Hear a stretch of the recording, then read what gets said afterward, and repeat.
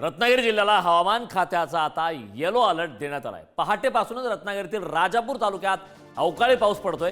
सोसाट्याचा वारा आणि पावसामुळे कोकणातील शेतकरी सुद्धा आता हतबल झाले। किनारपट्टी भागामध्ये सोसाट्याच्या वाऱ्यामुळे बोटी मात्र किनाऱ्यावरच आहेत। आधीच उत्पादन कमी, त्यात अवकाळी पाऊस अशा दुहेरी संकटात इथला शेतकरी आता सध्या पाहायला मिळतोय। किनारपट्टी भागामध्ये सोसाट्याच्या वाऱ्यामुळे बोटी किनाऱ्यावर लागल्यात, यामुळे कोकणातील मच्छीमारांच्या आर्थिक गणित आता कोलमडणार।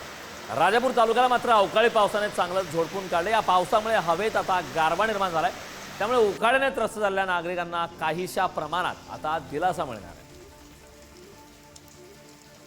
या संदर्भात ताजी अपडेट देण्यासाठी आपले प्रतिनिधी राजन चव्हाण आपल्यासोबत जोडले आहेत। राजन, आपण पाहतोय कोकणामध्ये राजापूर तालुक्याला अवकाळी पावसानं झोडपलंय आणि यामुळे मोठ्या प्रमाणात शेतकऱ्यांचं नुकसान झालंय आणि दुसरीकडे आपण पाहतोय उकाड्याने त्रस्त असलेल्या नागरिकांना मात्र या अवकाळी पावसामुळे दिलासा मिळालाय।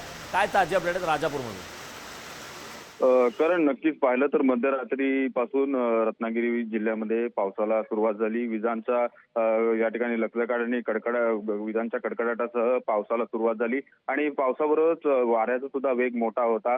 परिणामी हा पावसाचा फटका हा सर्वाधिक आंबा पिकाला लागणार आहे।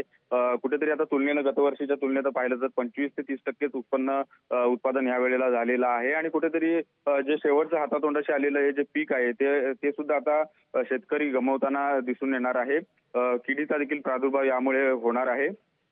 किनारपट्टी भागामध्ये पाहिलं तर साधारण वाऱ्याच्या वेगामुळे बोटी सुद्धा किनाऱ्यावर लागलेली आहे, त्यामुळे मच्छीमारांचे जे काही आर्थिक गणित आहेत ती सुद्धा कोलमडताना दिसून येणार आहे।